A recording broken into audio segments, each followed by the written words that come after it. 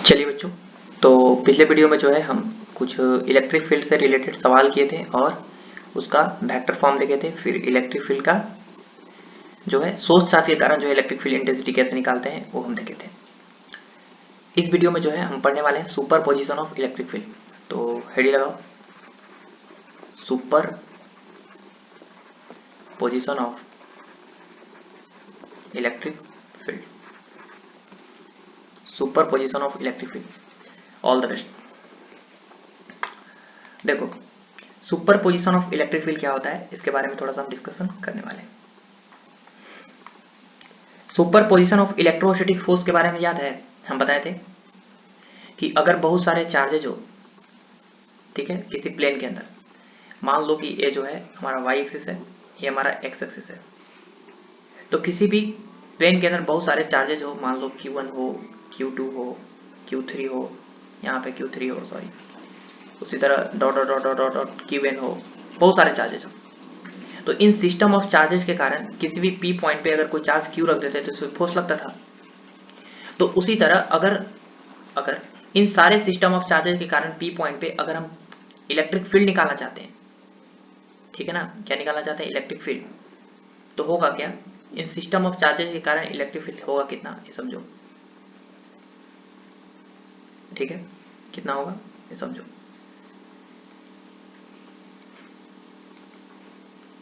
देखो आराम से, पहला जो है, सबसे पहले Q1 चार्ज के कारण P पॉइंट पे इलेक्ट्रिक फील्ड कैसे निकालेंगे। P पॉइंट पे प्लस चार्ज है तो उसके कारण इलेक्ट्रिक फील्ड जो होगा रेडियली आउटवर्ड होगा। लेट्स इवन निकालने के लिए हम क्या करेंगे, यहाँ पे फोर्स देखेंगे Q1 जो है इस P पॉइंट पे एक चार्ज Q0 रख देंगे और देखेंगे कितना फोर्स लगा रहा है। वो फोर्स लगा रहा है मान लो Fe1, तो E1 निकालने के लिए हम क्या करेंगे, Fe1 बाई क्या कर देंगे, Fe1 बाई Q कर देंगे, ठीक है। उसी तरह Q2 के कारण जो है अगर P पॉइंट पे देखना है तो फोर्स निकालेंगे और Q0 से क्या करेंगे, डिवाइड करेंगे, ऐसे P पॉइंट पे इलेक्ट्रिक फील्ड इधर होगा। उसी तरह Q3 के कारण P पॉइंट पे इलेक्ट्रिक फील्ड इधर होगा, ठीक है ना। Q2 के कारण इलेक्ट्रिक फील्ड जो है थोड़ा सा बढ़िया से बना देते हैं, इलेक्ट्रिक फील्ड जो है रेडियली आउटवर्ड होगा, ऐसे ऐसे। इसको मान लो थोड़ा देख लिए E2, इसको मान लो E3, सब वेक्टर फॉर्मेट में है, क्लियर हुआ ना। उसी तरह डॉट डॉट Qn के कारण इलेक्ट्रिक फील्ड जो होगा कुछ ऐसा होगा, डॉट En, ठीक है, ऐसे। अगर हम P पॉइंट पे नेट इलेक्ट्रिक फील्ड पूछे तो नेट इलेक्ट्रिक फील्ड जो होता है वो वेक्टर सम होता है इंडिविजुअल चार्जेज के कारण किसी भी पॉइंट पे इलेक्ट्रिक फील्ड। तो नेट इलेक्ट्रिक फील्ड जो होगा E1 vector plus E2 vector plus E3 vector plus करते करते सोन En वेक्टर, ठीक है, En वेक्टर। अच्छा, EP vector is equal to E1 vector को क्या लिख सकते हो, EP वेक्टर को K1 बाई कितना R। मान लो कि ये जो डिस्टेंस है Q1 चार्ज से कितना है, R1 है, R1 है, ये वाला R2 है, ये कितना है, R3 है, अब ये R4 है, ठीक है। तो हो जाएगा हमारे पास कितना हो जाएगा, के क्यूब इक्वल टू आर का cube into R1 vector plus vector format में लिखना है तो मैग्नीट्यूड और इसका डायरेक्शन, उसी तरह हो जाएगा KQ2 बाई R2 का cube into R2 vector, vector format लिखा सिखाए हैं, प्लस ये हो जाएगा KQ3 बाई कितना R3 का cube into R3 vector plus so on last लिखेंगे कितना KQN बाई RN का क्यूब इंटू RN वेक्टर, ठीक है ना, कितना लिखेंगे RN वेक्टर। अब एक बात बताओ कि अगर हमको इसको कॉम्प्रेस फॉर्मेट पे लिखना है तो पहले तो सब ऐड हो रहा है, ऐड हो रहा है, तो K तो बाहर निकाल ही रहे हैं और सिग्मा लिख देते हैं हम यहाँ पे ऐसे, सिग्मा। देखो Q1 Q2 Q3 तो यहाँ पे लिख देते हैं QI, R1 R2 R3 तो यहाँ पे लिख देते हैं RI वेक्टर अपॉन उसका क्यूब हो रहा है तो इसलिए हम यहाँ पे लिख देते हैं RI के क्यूब, ठीक है, और यहाँ पे लिख देते हैं I इक्वल टू 1 टू कितना N, ठीक है ना। ये हो गया हमारा vector format of electric field और इसी को बोलते हैं principle of superposition of electric field. क्या होता है, किसी भी पॉइंट पे electric field system of charge के कारण जो होता है वो वेक्टर सम होता है इंडिविजुअल चार्जेस के कारण किसी भी पॉइंट पे उस पॉइंट पे इलेक्ट्रिक फील्ड। तो यहाँ पे अगर ऐसे भी लिखना चाहो तो electric field equal to 1/4 pi epsilon nought into sigma I equal to 1 to N q i over r i का क्यूब इंटू आर आई के फैक्टर, ठीक है। ये होता है electric field eight point P पे, ठीक है, क्लियर हुआ। तो ये super position of electric field है। चलो ये कॉन्सेप्ट बताने के लिए हम बता दिए हैं, सही, इस पर कोई बड़ा चीज नहीं है। एक सवाल करते हैं। सवाल क्या है समझो। सवाल है कि यहाँ पे एक स्क्वायर लूप है, ठीक है, और इसके कॉर्नर पे 3 ठो चार्ज रखे हुए हैं, एक क्यू चार्ज, एक 2Q चार्ज, और यहाँ पे एक चार्ज रखा है 2Q, ठीक है ना। हमको इस P पॉइंट पे इलेक्ट्रिक फील्ड निकालना है। सबका साइड A है, बहुत आसान है, सबका साइड A है। हमको P पॉइंट पे इलेक्ट्रिक फील्ड निकालना है। सवाल है find electric field eight point P, बस इतना ही सवाल है। तो बताओ यहाँ पे कि P पॉइंट पे इलेक्ट्रिक फील्ड किसके किसके कारण होगा। तो P पॉइंट पे इलेक्ट्रिक फील्ड जो है वो किसके कारण होगा। तो सबसे पहले इस 2Q चार्ज के कारण P पॉइंट पे इलेक्ट्रिक फील्ड बनेगा radially outward. Let's even vector, even vector होगा, लेट्स इवन मान लो, वेक्टर वेक्टर तो देख ही रहे हैं, रेडियली आउटवर्ड है। इस 2Q चार्ज के कारण फिर भी इलेक्ट्रिक फील्ड P पॉइंट पे किधर होगा, रेडियली आउटवर्ड। अगर माइनस में रहता तो रेडियली इनवर्ड होता, तो ये हो गया E2 का। अब बताओ कि इस E1 और E2 का वैल्यू क्या होगा। दोनों एक्जैक्टली सेम होगा, क्योंकि 2Q जो है उससे भी A डिस्टेंस दूर इलेक्ट्रिक फील्ड रखना है। यहाँ पे 2Q जो है इसके कारण भी इलेक्ट्रिक फील्ड P पॉइंट पे A डिस्टेंस दूर रखना है, तो दोनों सेम है इसलिए A लिख दे रहे हैं। अब उस E1 E2 का वैल्यू भी निकाल सकते हो, कितना होगा, E is equal to KQ/R² होता है। किसी भी Q चार्ज से A डिस्टेंस दूर, R डिस्टेंस दूर P पॉइंट पे जो इलेक्ट्रिक फील्ड होता है KQ/R² होता है। तो Q कितना है, 2Q/R², RA²। तो यहाँ पे E1 और E2 दोनों क्या है, बराबर है। E1 और E2 को मान लेते हैं थोड़ा देर के लिए E। तो बताओ इन दोनों का नेट इलेक्ट्रिक फील्ड कितना आएगा, इधर आएगा, कितना आएगा, √2E, जो 45 डिग्री के एंगल पे होगा। कोई डायरेक्शन पूछे तो 45 डिग्री बोल सकते हो। अच्छा, तो E तो √2E जो है वो किसके कारण हुआ, इन दोनों के कारण। 2Q चार्ज है, 2Q चार्ज के कारण। इस Q चार्ज के कारण भी यहाँ पे तो इलेक्ट्रिक फील्ड है, तो इस Q चार्ज के कारण भी इलेक्ट्रिक फील्ड यहाँ पर आएगा इधर, रेडियली आउटवर्ड, उसको मान लो E'। तो नेट इलेक्ट्रिक फील्ड जो है, नेट इलेक्ट्रिक फील्ड वो कितना है, नेट इलेक्ट्रिक फील्ड किसी भी पॉइंट, उस पॉइंट P पे वो है हमारा E' प्लस √2E। बताओ E' कितना होगा, E' जो है वो कितना होगा। तो E जो डिस्टेंस है कितना है, √2A है। A अब A जो है 90 डिग्री का एंगल फॉर्म कर रहा है, तो √2A है। तो पाइथागोरस थ्योरम से निकाल सकते हो, डायगोनल का लेंथ होता है √2A, तो हो जाएगा K इंटू Q/R², √2 का A² प्लस √2 इंटू ई निकाल चुके हैं, कितना ई निकाला था, कितना आया था, K इंटू 2Q/A² आया था। तो यहाँ पे P पॉइंट पे इलेक्ट्रिक फील्ड आ गया, नेट में इलेक्ट्रिक फील्ड कितना हो गया, KQ/√2 का A का स्क्वायर कितना होगा, 2A² प्लस 2√2 KQ/A²। तो यहाँ से कॉमन है, KQ/A² कॉमन लेंगे तो बचेगा कितना, 1/2 plus 2√2। This is the answer, this is the answer, ठीक है ना। ये हमारा क्या हो गया, आंसर हो गया, P पॉइंट पे इलेक्ट्रिक फील्ड। क्लियर हुआ। चलो, ये था हमारा super position of electric field. एक और सवाल करते हैं। सवाल है हमारा ऐसे, सवाल है, तुमको होमवर्क देते हैं, बना के लाना। होमवर्क ये है कि यहाँ पे एक इक्विलेटरल ट्राइंगल है, हमारा इक्विलेटरल ट्राइंगल है, साइड ए है, ये भी साइड ए है, ये भी साइड ए है। यहाँ पे चार्ज रखा है -Q, यहाँ पे चार्ज रखा है +Q, और हमको इस P पॉइंट पे इलेक्ट्रिक फील्ड निकालना है, ठीक है। Find electric field eight point P, ठीक है। ये सवाल है, होमवर्क बना के लाना। चलो देखो, अगला सवाल है, देखो क्या अगला सवाल है कि एक चार्ज है यहाँ पे Q1 और एक चार्ज है Q2, एक चार्ज है Q1, एक चार्ज है Q2, ठीक है। और इन दोनों के बीच का सेपरेशन कितना है, R दिया हुआ है, बीच का सेपरेशन दिया है R। अब यहाँ पे Q1 भी जो है दिया हुआ है >0 है, और Q2 जो है ये भी जो है >0 है, और दिया हुआ है सवाल में कि Q1 जो है वो Q2 से बड़ा है, Q1 Q2 से क्या है, बड़ा। तो सवाल है, ध्यान से सुनना,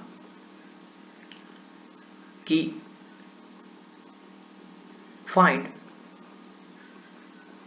the position of A charge, find the position of a point, ठीक है ना, find the position of a point. ये सवाल है ऐसे, यहाँ पे चार्ज लिखा गया है ना, point, find the position of a point,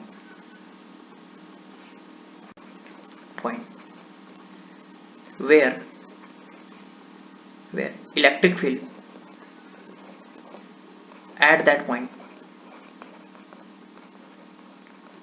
will be zero, ये सवाल है, बढ़िया सवाल है, आराम से सॉल्व करो समझ के, कि बताओ कि पोजीशन क्या होना चाहिए ताकि जो नेट इलेक्ट्रिक फील्ड है वो कितना हो, जीरो। तो देखो हम यहाँ पे एक बात बता रहे हैं, ध्यान से इस क्वेश्चन को बहुत अच्छा से हम सॉल्व करते रहे हैं। इस तरह के सवाल जो है पूछते एग्जाम में तो तुम सॉल्व कर सकते हो, समझो पहले, ठीक है ना, कोई दिक्कत नहीं है, आराम से समझना। देखो पहले तो अगर दोनों Q1 और Q2 अगर बराबर होता, अगर Q1 और Q2 क्या होता, बराबर, यहाँ पे हम तीनों चीज एक्सप्लेन कर देते हैं। चलो केस 1 लेके, इफ Q1 बराबर Q2 हो, तो यहाँ पे अगर Q1 चार्ज है, यहाँ पे Q1 चार्ज, और यहाँ पे अगर Q2 चार्ज है और दोनों प्लस है, Q1 और Q2 दोनों सेम है, तो एक P पॉइंट, मिड पॉइंट, ये ऐसा पॉइंट होगा जिसपे इलेक्ट्रिक फील्ड जीरो होगा। क्यों? क्योंकि Q1 के कारण r डिस्टेंस दूर इलेक्ट्रिक फील्ड इस पॉइंट पे किधर होगा, इधर, E1। उसी तरह Q2 के कारण इस P पॉइंट पे इलेक्ट्रिक फील्ड किधर होगा, E2, रेडियली आउटवर्ड। ये दोनों इक्वल और अपोजिट होंगे, डिस्टेंस सेम है मिड पॉइंट पे, तो नेट इलेक्ट्रिक फील्ड जो है कितना आएगा, जीरो आएगा। कब? जब दोनों चार्ज सेम हो तब, ठीक है, अच्छी बात है। मान लो कि अगर एक Q1 चार्ज है और यहाँ पे Q2 चार्ज है, ठीक है, अगर हम यहाँ पे पूछे इलेक्ट्रिक फील्ड कैसा होगा, तो Q1 के चार्ज के कारण इलेक्ट्रिक फील्ड होगा यहाँ पे इधर ऐसे E1, और Q2 चार्ज के कारण इलेक्ट्रिक फील्ड होगा यहाँ पे किधर, E2 इधर ऐसे, चलो यहाँ पे E2 इधर। तो नेट इलेक्ट्रिक फील्ड किधर होगा, अब तुमको देखना है कि नेट इलेक्ट्रिक फील्ड किधर होगा, क्या होगा, कितना होगा ये तुमको नहीं जानना है, लेकिन हम नेट बता सकते हैं कितना होगा। कैसे? देखो इस चार्ज से ये जो डिस्टेंस है वो मान लो कितना है, R1, और इस चार्ज से जो डिस्टेंस है, पॉइंट जो है P पॉइंट, वो इस चार्ज से डिस्टेंस है R2। अब तुम बता सकते हो कि R2 ग्रेटर देन क्या है, R1, और R2 ग्रेटर देन R1 है तो इलेक्ट्रिक फील्ड का फॉर्मूला क्या होता है, KQ/R²।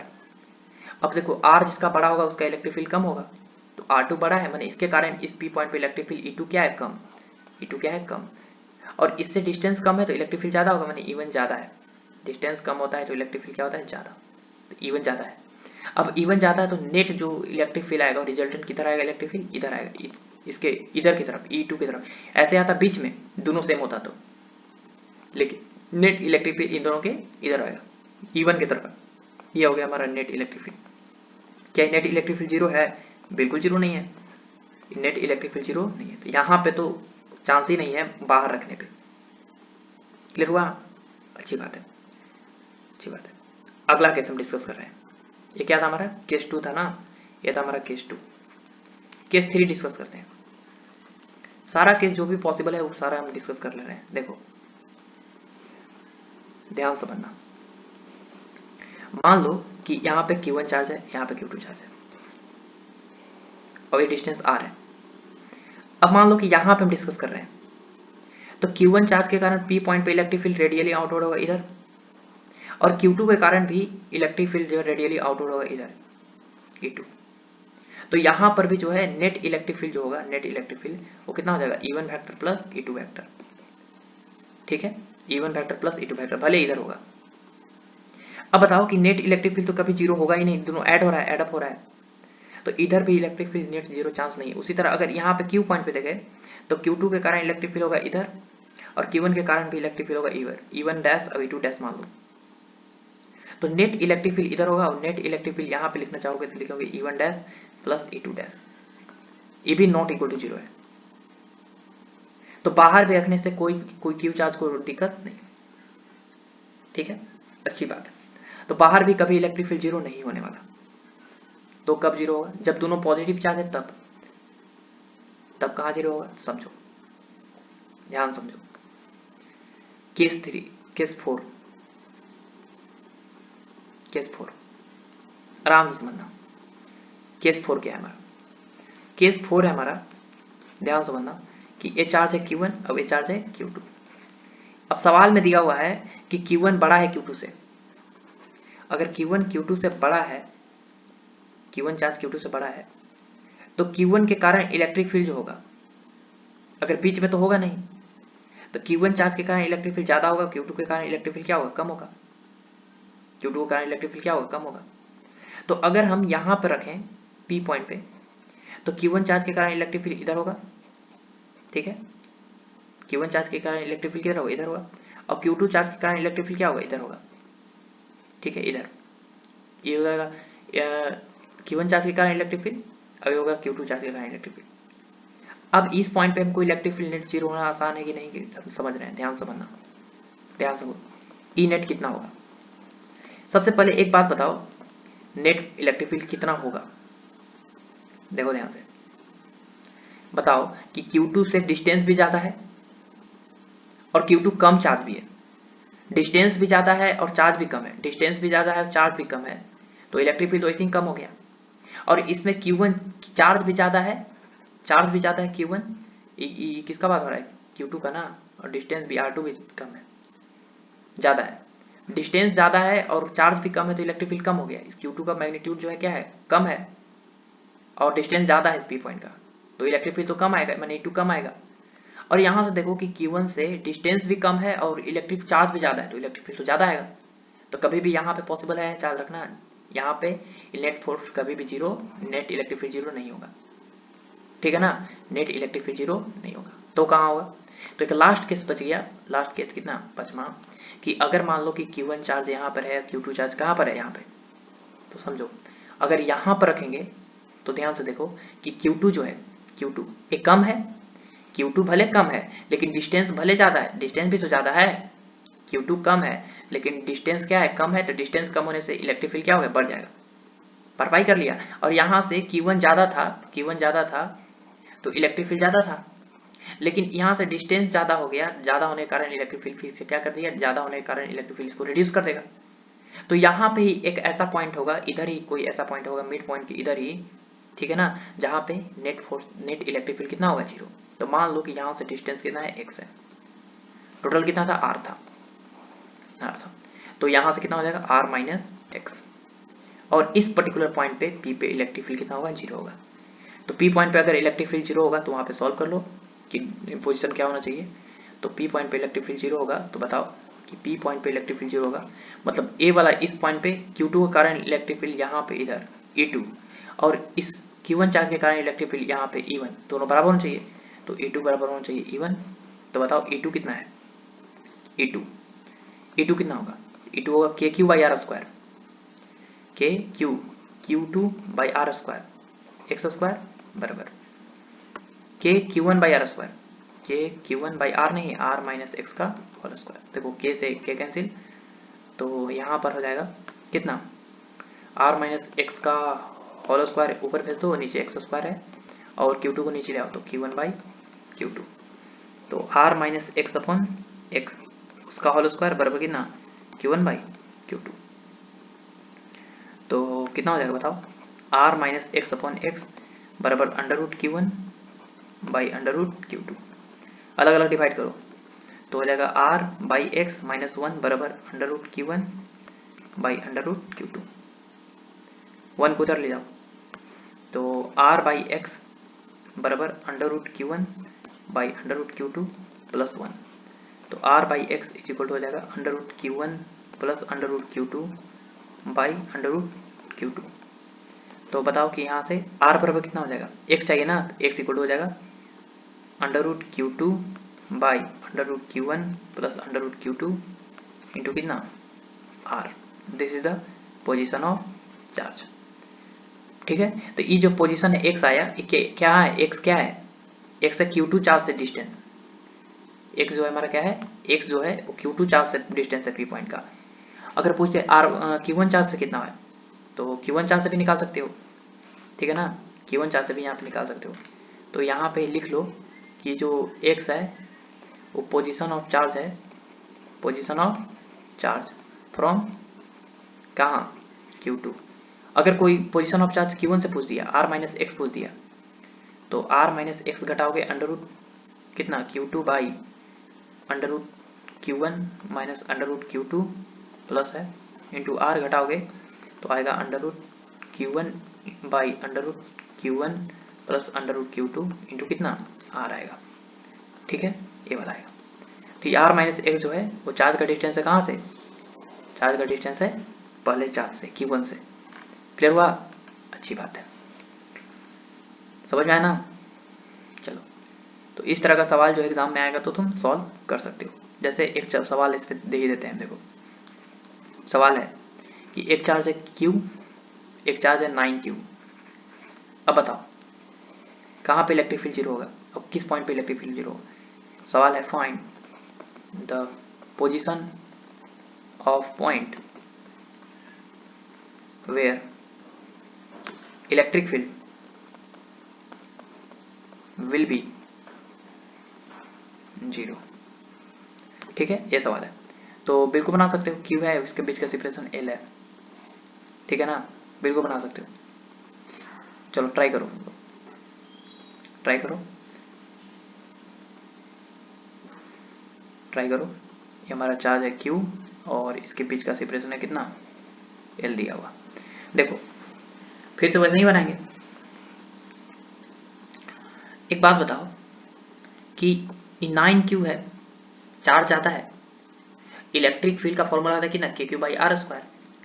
अब चार्ज ज़्यादा होगा तो इलेक्ट्रिक फील्ड ज़्यादा होगा, तो इलेक्ट्रिक फील्ड कम करने के लिए आर को क्या करना पड़ेगा, बढ़ाना पड़ेगा, तब ना इलेक्ट्रिक फील्ड कम होगा। तो इससे आपको दूर जाना पड़ेगा ऐसा। और यहाँ पे चार्ज कम है, चार्ज कम है तो इलेक्ट्रिक फील्ड कम हो जाएगा। तो देखो डिस्टेंस भी कम हो गया तो इलेक्ट्रिक फील्ड ज़्यादा हो जाएगा। तो एक ऐसा पॉइंट होगा यहाँ पे मिड पॉइंट से इधर जहाँ पे इलेक्ट्रिक फील्ड जीरो होगा। तो मान लो एक E1 है इधर, अब इधर 2 है। तो मान लो कि यहाँ से कितना डिस्टेंस दूर है, एक डिस्टेंस दूर है। तो एक डिस्टेंस दूर है, यहाँ पे P पॉइंट पे इलेक्ट्रिक फील्ड कितना होगा, जीरो होगा। तो निकाल सकते हो कितना, P पॉइंट पे इलेक्ट्रिक फील्ड कितना होना चाहिए, जीरो, मतलब E1 बराबर E2। तो KQ by r square, Q से डिस्टेंस है x तो x स्क्वायर बराबर K into 9Q by r square, r नहीं L माइनस एक्स का होल स्क्वायर। देखो Q से Q कैंसिल, K से K कैंसिल, तो यहाँ पर हमारे पास आ जाएगा कितना, L माइनस एक्स को ऊपर भेज दो तो L minus x upon x का होल स्क्वायर बराबर 9। तो L minus x upon X बराबर 3, प्लस माइनस 3 आएगा। तो L बाई एक्स माइनस 1 बराबर प्लस माइनस 3, तो कितना हो जाएगा, L बाई एक्स बराबर प्लस माइनस 3 अपॉन प्लस 1। तो x इज इक्वल टू कितना हो जाएगा, L upon plus minus 3 plus 1। अब इसको देखो दो पोजीशन है, एक प्लस यूज करो एक माइनस यूज करो। एक बार अगर प्लस यूज करेंगे प्लस वाला तो आएगा L बाई 4, और अगर माइनस वाला यूज करेंगे तो आएगा माइनस L बाई 2। अब माइनस L बाई 2 क्या है, पॉसिबल है, माइनस L बाई 2 पॉसिबल है, minus L by 2, minus L by 2 का मतलब है कि इधर इधर इधर, क्या इधर पॉसिबल है, नहीं। इधर तो हम दिखा दिए कि दोनों प्लस चार्ज होता है तो कभी इलेक्ट्रिक फील्ड यहाँ पे पॉसिबल नहीं है, ठीक है ना, इलेक्ट्रिक फील्ड कभी भी जीरो नहीं होगा। तो L by 4 is the correct answer. Clear हुआ ना। चलो, तो ये था हमारा क्वेश्चन। इस तरह का सवाल जो एग्जाम में पूछे तुम बना सकते हो। अगला है, आराम से समझना, अगला हेडिंग है electric field intensity, electric field intensity due to a uniform charge ring, uniform charge ring, इस हेडिंग है electric field intensity due to a uniform charge ring. ये कोई भी चार्ज रिंग हो, यूनिफॉर्म चार्ज ली हो, तो उसके कारण जो है इलेक्ट्रिक फील्ड कितना होता है, क्या होता है, इसके बारे में हम थोड़ा डिस्कस करने वाले हैं। तो आराम से समझो। चलो, जैसे मान लो कि सबसे पहले हम जो है सेंटर पे निकाल रहे हैं इलेक्ट्रिक फील्ड, सेंटर पे। जैसे मान लो कि एक यूनिफॉर्म चार्ज रिंग बना लेते हैं ऐसे,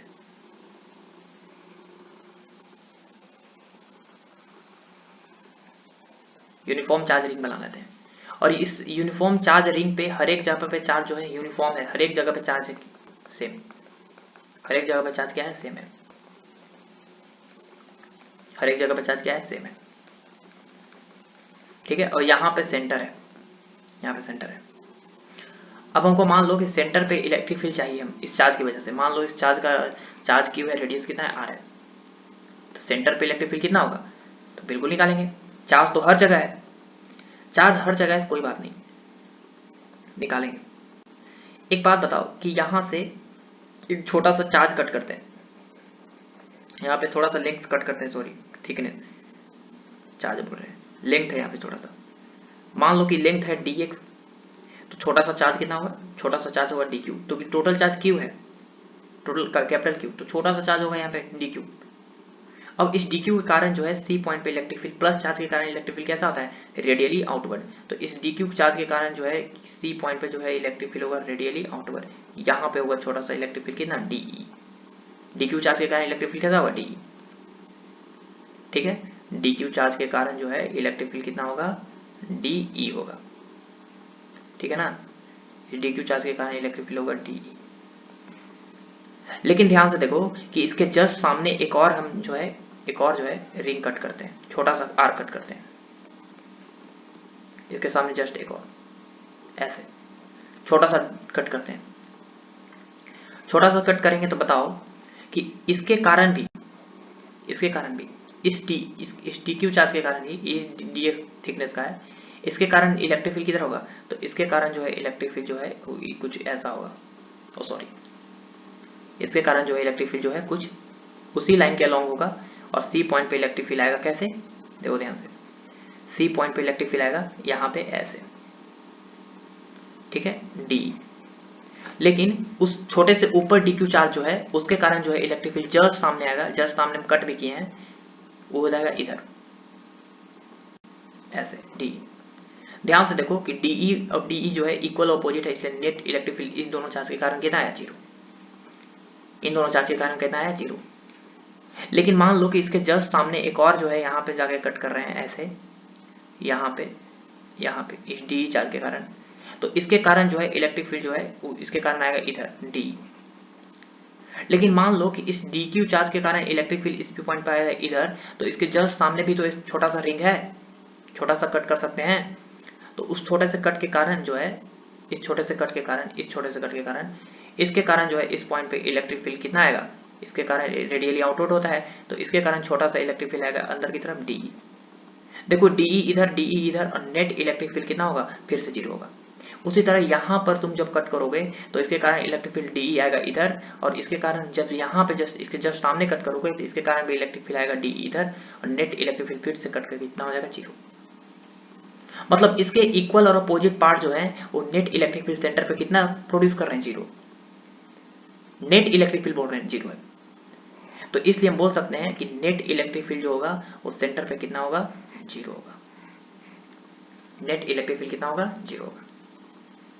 समझ में आया, नेट इलेक्ट्रिक फील्ड कितना होगा, तो जीरो होगा।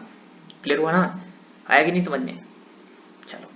तो इस सेंटर के अंदर हम इलेक्ट्रिक फील्ड देख लिए, क्लियर हुआ, बोलो समझ में आया, अच्छी बात है, ठीक है ना। चलो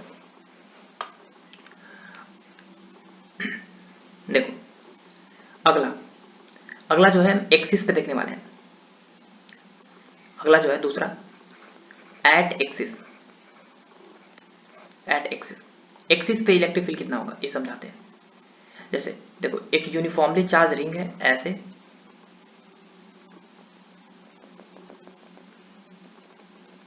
ये हमारा चार्ज रिंग है, चार्ज क्यू है हमारा और मास एम है और रेडियस आर है, ठीक है रेडियस आर है। और इसके एक्सिस पे माने ए एक्सिस है हमारा, यहाँ पे एक्सिस है, एक्सिस पे मान लो कि यहाँ से x डिस्टेंस दूर जो है हम इलेक्ट्रिक फील्ड निकालना चाहते हैं किसी भी पॉइंट P पर। चलो पी पॉइंट पे इलेक्ट्रिक फील्ड निकालो। और चार्जेस जो है यूनिफॉर्मली डिस्ट्रीब्यूटेड है, चार्ज प्लस है, देखो यूनिफॉर्मली सब चार्ज प्लस, क्लियर हुआ, चार्ज प्लस है। इस एक्सिस पे निकालना चाहते हैं, बिल्कुल निकाल सकते हैं। देखो यहाँ पे एक बात बताओ कि ये जो चार्ज है, मान लो कि यहाँ पे एक छोटा सा थिकनेस कट करेंगे हम डी क्यू, तो इस डी क्यू चार्ज के कारण पी पॉइंट पे इलेक्ट्रिक फील्ड कैसा आएगा, डी क्यू चार्ज के कारण पी पॉइंट पे इलेक्ट्रिक फील्ड जो है कुछ ऐसा आएगा, छोटा सा, कितना, डी आएगा। उसी तरह इसके जस्ट नीचे ई रेडियस है हमारा, क्या हमारा रेडियस, उसके नीचे जस्ट नीचे जो है, नीचे यहाँ पे एक और डी क्यू चार्ज कट किए हम, और इस डी क्यू चार्ज के कारण पी पॉइंट पे इलेक्ट्रिक फील्ड कैसा आएगा, तो ऑफकोर्स रेडियली आउटवर्ड आएगा, और रेडियली आउटवर्ड ऑन डी, ठीक है। अब मान लो कि दिस एंगल इज थीटा, तो also this angle is comes out to be theta, this angle is theta, this angle is also comes out to be theta. क्यों थीटा हुआ, क्योंकि हर एक पॉइंट जो है, हर एक पॉइंट पी पॉइंट पे इक्वल एंगल सबटेंड करेगा। मान लो एक चूड़ी है, ऐसे चूड़ी, ऐसे चूड़ी है, ऐसे रखे हैं ऐसे हॉरिजॉन्टल में, और यहाँ पे हर एक पॉइंट जो है, यहाँ पे हर एक पॉइंट इक्वल एंगल सबटेंड करेगा इससे, एक्स एक्सिस के साथ। तो एक बात बताओ कि यहाँ पे डीई का दो ठो कंपोनेंट बचने वाला है, डीई का एक कंपोनेंट बचने वाला है। देखो डीई का ई कंपोनेंट जो है डीई कॉस थीटा, और उसी तरह डीई का नीचे वाला ऊपर जाएगा तो कंपोनेंट आएगा dE cos theta. DE cos theta समझ में आ रहा है ना, हॉरिजॉन्टल कंपोनेंट है इलेक्ट्रिक फील्ड का, ठीक है ना, डीई का। देखो इसको थोड़ा सा मिटा देते हैं पहले, देखो इस डीई का, इसका इधर कंपोनेंट हॉरिजॉन्टल में होगा कितना, डीई कॉस थीटा। उसी तरह इस डीई का इधर हॉरिजॉन्टल में कंपोनेंट होगा डीई कॉस थीटा। लेकिन इसका वर्टिकल में कंपोनेंट आएगा कितना, वर्टिकल में कंपोनेंट आएगा इस डीई का डीई साइन थीटा, और उसी तरह इसका भी वर्टिकल में कंपोनेंट आएगा कितना, डीई साइन थीटा, ठीक है। देखो यहाँ से डी साइन थीटा और डी साइन थीटा क्या हो गया, कैंसिल, और नेट इलेक्ट्रिक फील्ड आ गया d sine 2d sine theta, इधर एक्स एक्सिस के अलावा नेट इलेक्ट्रिक। तो नेट इलेक्ट्रिक फील्ड जो है एक्स एक्सिस की तरफ है, नेट इलेक्ट्रिक फील्ड कितना, एक्स एक्सिस की तरफ, वो है कितना 2d, कितना, नेट इलेक्ट्रिक फील्ड अभी नहीं है, नेट इलेक्ट्रिक फील्ड 2d कितना है, cos थीटा है। लेकिन नेट इलेक्ट्रिक फील्ड हमको चाहिए इन पूरा रिंग की वजह से, रिंग की वजह से अगर नेट इलेक्ट्रिक फील्ड चाहिए, तो नेट इलेक्ट्रिक फील्ड अगर हमको चाहिए तो वो लिखेंगे dE cos theta plus dE cos theta plus d cos theta plus d cos theta, जोड़ते जाएंगे, ठीक है, d cos theta d cos theta d cos theta जोड़ते जाएंगे, सॉरी 2d cos थीटा जोड़ते जाएंगे। इस 2d cos थीटा को जोड़ने का तरीका है क्या, जोड़ने का तरीका क्या होता है, इंटीग्रेशन, 2d cos थीटा जोड़ने का तरीका क्या होता है हमारा, इंटीग्रेशन। लेकिन जोड़ना कितना है, कहां से कहां तक जोड़ना है, तो देखो एक पार्ट तो ऊपर हम ले ही लिए हैं, एक पार्ट तो हम यहाँ पे डी क्यू चार्ज ले ही लिए हैं, तो हमको हाफ ही जो है इंटीग्रेट करना पड़ेगा। हाफ मैंने इंटीग्रेट करने का मतलब कि हाफ ही रिंग को हमको इंटीग्रेट करना पड़ेगा, ठीक है ना, हाफ को ही, ठीक है ना, हाफ जो है 2 से अपने पहले ही मल्टीप्लाई कर दिए। तो यहाँ पर हम दो केस ले सकते हैं, यहाँ पे दो तरीका से कर सकते हैं। इलेक्ट्रिक फील्ड जो है वो 2d cos थीटा लिखेंगे, या इलेक्ट्रिक फील्ड जो है वो ऐसे भी लिख सकते हैं, देखो इलेक्ट्रिक फील्ड ऐसे भी integration of D cos theta. लेकिन इसमें जो है हमको टोटल पूरा रिंग जो है हमको क्या करना पड़ेगा, पूरा रिंग को क्या करना पड़ेगा, हमको इंटीग्रेट करना पड़ेगा पूरा रिंग को, और इसको हाफ रिंग को, इसको सिर्फ हाफ रिंग को करना पड़ेगा, हाफ रिंग को, और इसमें जो है पूरा कंप्लीट रिंग को करना पड़ेगा, कंप्लीट रिंग को, ठीक है, डी cos थीटा। क्योंकि 2d cos थीटा जो आया net electric field 2d cos theta, वो नीचे वाला के कारण आया और एक d cos थीटा ऊपर वाले के कारण आया। उसी तरह यहाँ पर कट करोगे तो यहाँ पे electric field D cos theta आएगा, फिर यहाँ पे इधर वाला सामने कट करोगे डी cos। तो 2d cos थीटा को इंटीग्रेट कर रहे हो तो तुमको हाफ ही करना पड़ेगा, क्योंकि तुम एक बार तो d cos थीटा ले ही लियो, 2 से मल्टीप्लाई कर ही दिए हो। तो अगर हम नेट इलेक्ट्रिक फील्ड निकालना चाहते हैं, अगर नेट इलेक्ट्रिक फील्ड, तो नेट इलेक्ट्रिक फील्ड कितना होगा, 2d cos थीटा, लेकिन हाफ को हम कर रहे हैं, हाफ को ही कर रहे हैं, चलो 2d कितना होगा, तो d होगा k q नहीं डी क्यू, के क्यू अपॉन आर स्क्वायर, देखो ध्यान से कि इस डी क्यू चार्ज से ए वाला पी पॉइंट का डिस्टेंस कितना है, यही ना डी क्यू है, डी है K D Q upon R, R नहीं R square plus x square का रूट उसका होल स्क्वायर, कि बी वाला रूट स्क्वायर हो जाएगा are square plus x square होगा ना। चलो तो यहाँ पर हो जाएगा हमको डी की जगह पे K D Q by under root R square plus x square into into into cos theta. Cos theta कितना होगा, कॉस थीटा होगा बेस अपॉन हाइपोटेनस, बेस है एक्स, हाइपोटेनस है under root R square plus x square, तो X upon under root R square plus x square. ध्यान से देखो कि यहाँ पे E net is equal to आ गया इंटीग्रेशन ऑफ 2 के एक्स, के भी कांस्टेंट एक्स भी कांस्टेंट और r square plus x square के पावर 3/2 भी कांस्टेंट, यहाँ स्क्वायर छूट गया, के क्यू बाई आर स्क्वायर होता है, तो बच गया r square plus x square के पावर कितना 3/2, ये बाहर निकल जाएगा, ये दोनों को गुना करेंगे तो इसका पावर 1/2 है, इसका पावर 1 है, तो ऐड होगा तो r square plus x square का पावर हो जाएगा 3/2 और बच जाएगा इंटीग्रेशन ऑफ डी क्यू। अब यहाँ पे हम 2 ले लिए हैं तो आधा ही रिंग का चार्ज बनेगा, आधा रिंग का चार्ज कितना बनेगा q/2, ठीक है ना। अगर तुमको 2 को हटा के खाली डी कॉस थीटा को करते इसको तो हमको पूरा चार्ज का q लिखना पड़ता, पूरा चार्ज, क्लियर हुआ ना।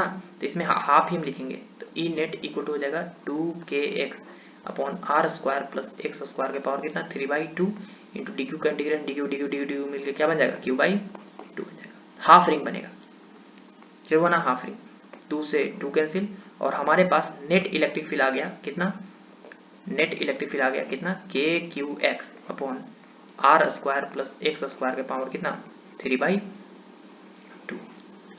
ये आ गया हमारा नेट इलेक्ट्रिक फील्ड उस पर्टिकुलर पॉइंट पी पे, क्लियर हुआ। इस नेट इलेक्ट्रिक फील्ड आ गया हमको पी पॉइंट पे कितना के Q x upon are square plus x square के पावर 3/2 और इस फॉर्मूला को तुमको करना है रिमेंबर, क्लियर हुआ। इस फॉर्मूला को तुमको करना है बिल्कुल रिमेंबर करना है, अगर रिमेंबर नहीं करोगे तो सवाल जो है नहीं बनेगा, ठीक है। चलो यहां पर और भी हम जो है निकालना चाहते हैं, हम मैक्सिमम इलेक्ट्रिक फील्ड निकालना चाहते हैं, कितना होगा मैक्सिमम इलेक्ट्रिक फील्ड निकालना चाहते हैं कितना होगा, तो उसके लिए पहले हमको x निकालना पड़ेगा, उसके लिए हमको क्या निकालना पड़ेगा x, कि कौन ऐसा x है, कौन सा ऐसा पॉइंट है इस रिंग से, कितना डिस्टेंस पे एक ऐसा पॉइंट है, कितना डिस्टेंस पे, मैंने x का वैल्यू क्या होना चाहिए ताकि इलेक्ट्रिक फील्ड मैक्सिमम हो, तो x निकालना पड़ेगा। मतलब इलेक्ट्रिक फील्ड जो है सिंपली फंक्शन ऑफ कितना है x का है, तो इलेक्ट्रिक फील्ड अगर फंक्शन है x का तो dE/dx कितना होना चाहिए 0 होना चाहिए, बिल्कुल 0 होगा, तो dE/dx मस्ट भी क्या होना चाहिए 0, अच्छी बात है। तो बताओ कि डी के जगह पर कितना लिखेंगे K Q x upon are square plus x square का power 3/2 upon D X must भी इक्वल टू 0। तो बताओ यहाँ पे कि ऊपर कितना है के क्यू एक्स, ध्यान से देखो कि एक ऊपर एक फंक्शन है एक नीचे फंक्शन है एक्स में, तो एफ एक्स अपॉन जी एक्स है, एफ एक्स अपॉन जी एक्स रहता है, तो हम कैसे डिफ्रेंशिएट करते हैं इसको, याद करो कैसे डिफ्रेंशिएट करते हैं, तो पहले नीचे वाला को ऐसे ही रहने देते हैं और ऊपर वाला को डिफ्रेंशिएट करते हैं माइनस, ऊपर वाला को ऐसे ही रहने देते हैं, नीचे वाला को डिफ्रेंशिएट करते हैं अपॉन नीचे वाला का होल स्क्वायर, तो ऊपर वाला को ऐसे ही रहने दो, तो ऊपर वाला को हम ऐसे ही रहने दिए, सॉरी नीचे वाला को ऐसे ही रहने दो, r square plus x square के पावर 3/2 को ऐसे ही रहने दो, ऊपर वाला को डिफ्रेंशिएट करो D k Q x upon D x minus, अब ऊपर वाला को ऐसे रहने दो और नीचे वाला को डिफ्रेंशिएट करो, कितना है r square plus x square का पावर कितना है 3/2 अपॉन डी अपॉन नीचे वाला का होल स्क्वायर, नीचे वाला कितना है r square plus x square उसका पावर 3/2 है, उसका होल स्क्वायर करो और मस्ट भी इक्वल टू क्या होना चाहिए 0। तो बताओ कि यहाँ पे r square plus x square into d k Q x का कितना होगा के क्यू बचेगा minus k Q x into r square plus x square का पावर 3/2 का क्या होगा, पावर से गुना करेंगे फिर पावर में से घटा देंगे, तो पावर में से घटाएंगे तो 3/2 - 1 इंटू चैन रूल से अंदर भी होगा तो r का 0 होगा एक्स स्क्वायर का 2x होगा और ई 0 से मल्टीप्लाई होगा क्या हो जाएगा 0। चलो तो यहाँ पर हो जाएगा are square plus x square into k q बराबर इधर जाएगा तो के क्यू एक्स पॉजिटिव हो जाएगा तो 3/2 into r square plus x square का पावर 1/2 इंटू 2x, 2 से 2 कैंसिल और के क्यू से के क्यू कैंसिल, ठीक है ना। कितना था 3/2 था पावर, सॉरी पावर 3/2 था।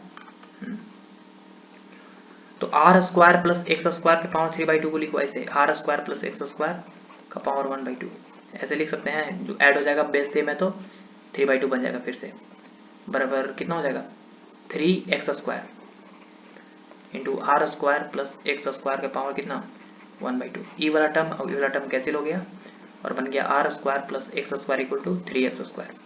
तो 2x स्क्वायर इक्वल टू कितना r, तो x इक्वल टू हो जाएगा r/√2 प्लस माइनस दोनों में।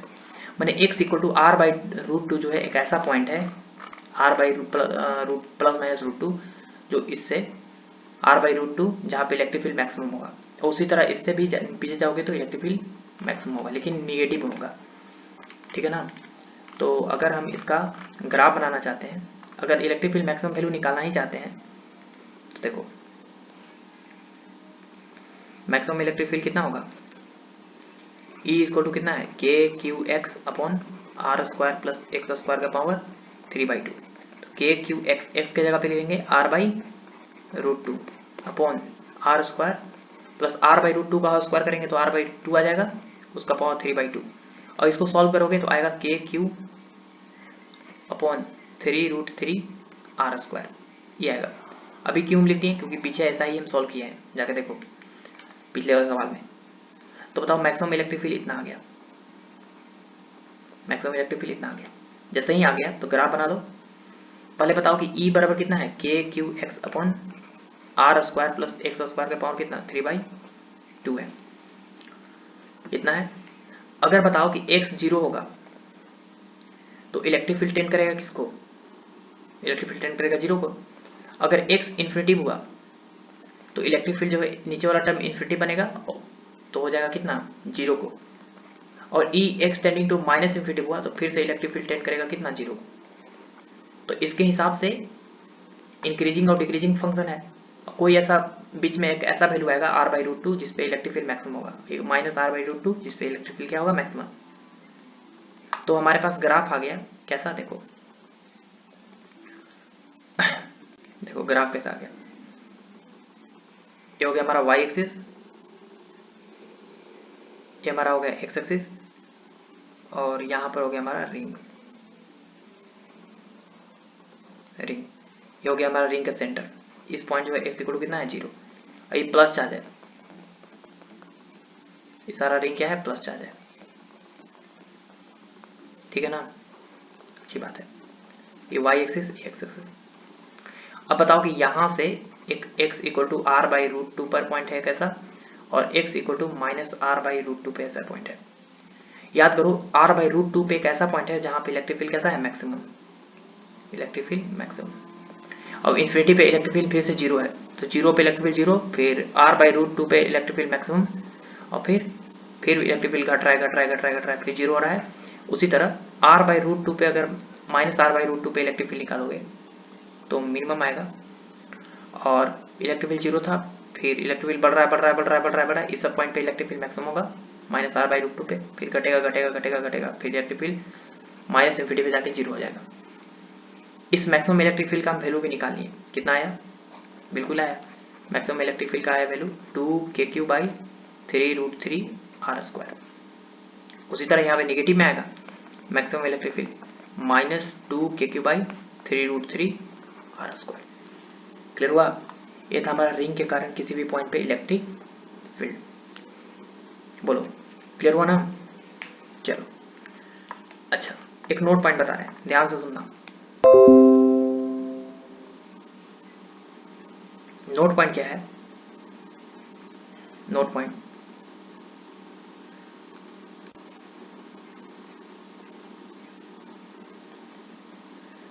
ए है कि ध्यान से सुनो,